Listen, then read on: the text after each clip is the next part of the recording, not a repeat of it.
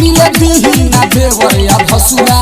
बोला तोहरा बिना कैसे जी पाएंगे मोबाइल हम लेकर जाएंगे राजा जी रोज रोज बतियाएंगे।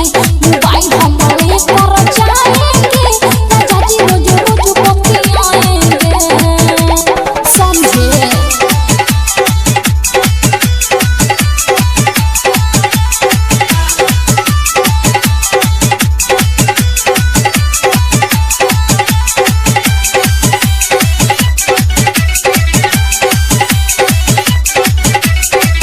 जब मन करे तू बतियोई हो करे ना तुहरा के माना हो। बतन होई जे तहरा से गोरी जी कैसे दीवाना हो।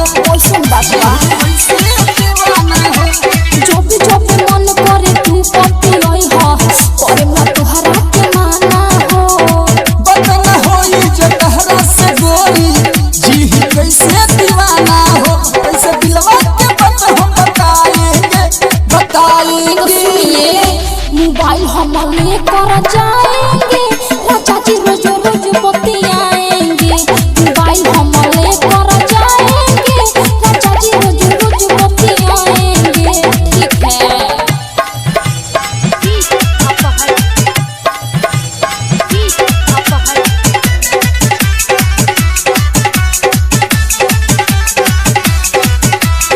कमी ना होई प्यार में राजा करत बानी हम वादा हो।